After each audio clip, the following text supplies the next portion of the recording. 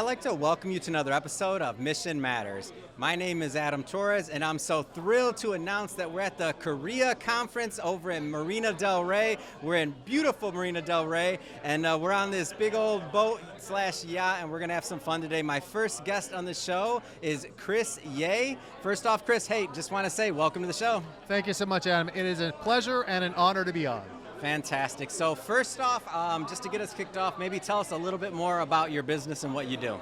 Absolutely. So I am one of the general partners at Blitzscaling Ventures. Blitzscaling Ventures is a venture capital firm based on the ideas of my best-selling book, Blitzscaling, which I co-authored with my very famous friend, Reid Hoffman. And what we do is we invest in high-growth companies that we believe are going after winner-take-most markets. We have one fund that invests just in general, just any company, and we have another fund that we're just spinning up that is focused on AI.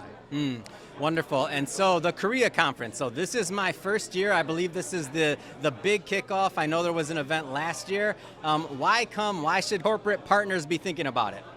Well, the key thing is the Korean market is such an important one on several levels. First of all, it's a significantly sized market based out of Asia.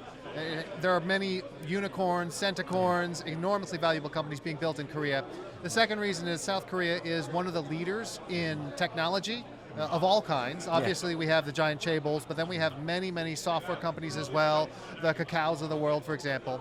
And then the third reason is that Korea is surprisingly close to the west coast of the United States. It's actually a lot of nonstop flights, either from Los Angeles or San Francisco. And so that's why when they offered me the chance to come to the Korea conference down here in Los Angeles, I jumped at the chance.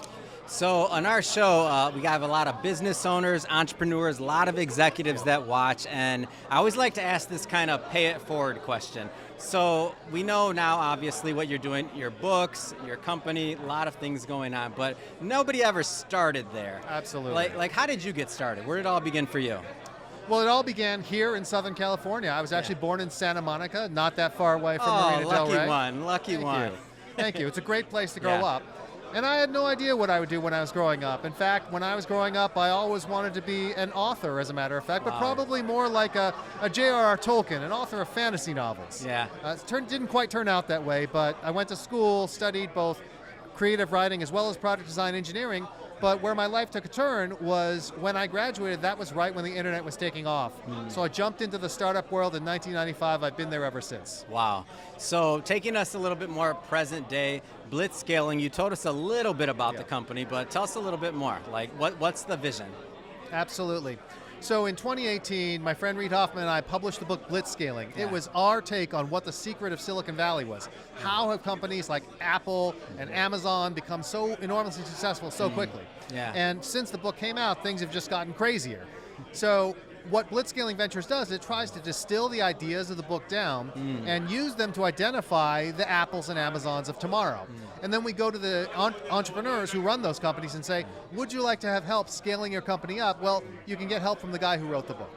Wow, that's awesome. And so when you're thinking about companies and you're evaluating them, now obviously so much we can get done in a 20-minute, 15-minute podcast, but like give us some attributes of maybe what makes a good founder from your experience. So the number one thing that makes someone a great founder, again, it goes without saying, I want them to be intelligent and hardworking and honest and all those things. But once you get beyond the things that everyone would agree on, the number one thing is the ability to learn and unlearn.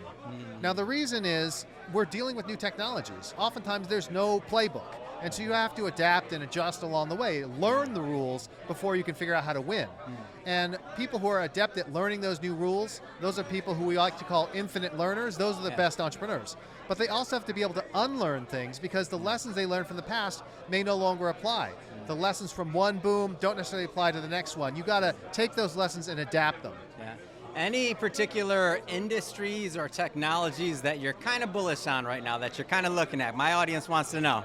Well, obviously, the number one thing we're looking at is artificial intelligence.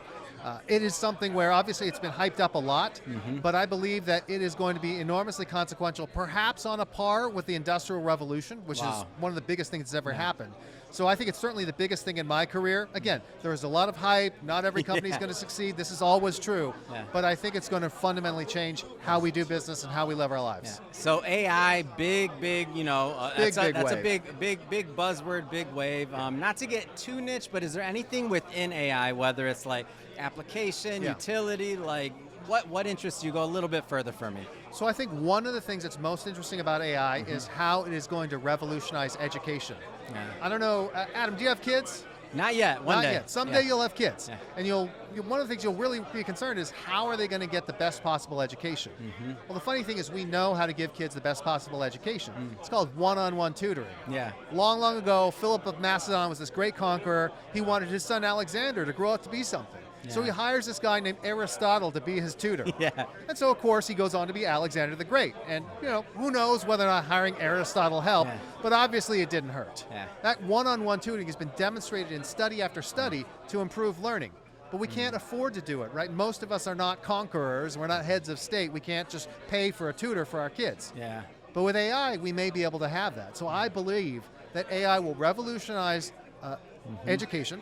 It will make it possible for teachers to focus on one-on-one relationships and tutoring with their kids instead of grading papers and stuff they don't really like, and will fundamentally improve our rate of human capital formation.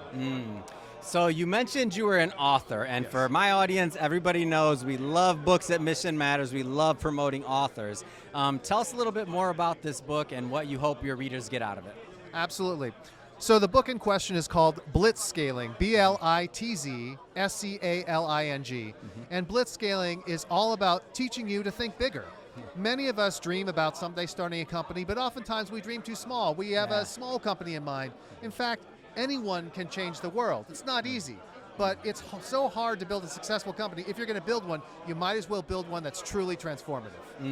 And so obviously there are many takeaways from this book, but if you had to kind of boil it down to one or two, like what do you hope when the reader walks away, they're like, they close that, they're like, okay, I got it. Like what's some of those takeaways you hope they have?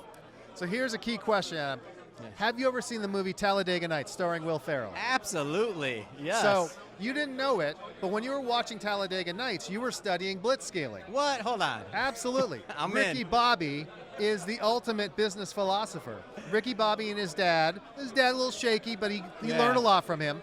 And when it comes to Ricky Bobby, besides shake and bake, which of course we all should follow in our lives, the number one thing is if you ain't first, you're last. Yeah. So that's why blitzscaling is important. When you're in a Ricky Bobby market, one where if you're not first, you're last, then you have to pursue blitzscaling. You have to be aggressive. You have to be the winner. As Ricky Bobby would say, you got to go fast.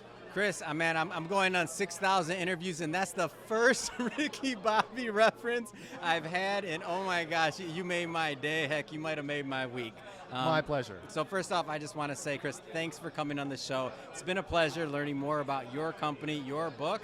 I want you to look into the camera, tell our audience if somebody wants to follow up, whether it's about your company, whether it's about your book, how do they do that? Go. Absolutely. So the number one way, if you like what you heard on this podcast, to learn more, is to go to chrisyeh.com. That's CHRISYEH.com. From there, you'll find links to Blitzscaling Ventures, the Blitzscaling Academy, which is my educational institution, and all my social media links. And I look forward to you following me there. Fantastic. And again, Chris, thank you for coming on the show. And to the audience, as always, thank you for tuning in. Hope you got a lot out of this. Hope you had a lot of fun. If you did, hey, don't forget, hit that subscribe button. We have many more mission-based individuals coming up on the line, and we don't want you to miss a thing. Thanks, guys, for coming on, Chris. Thank you so much. And, of course, bon voyage. All right.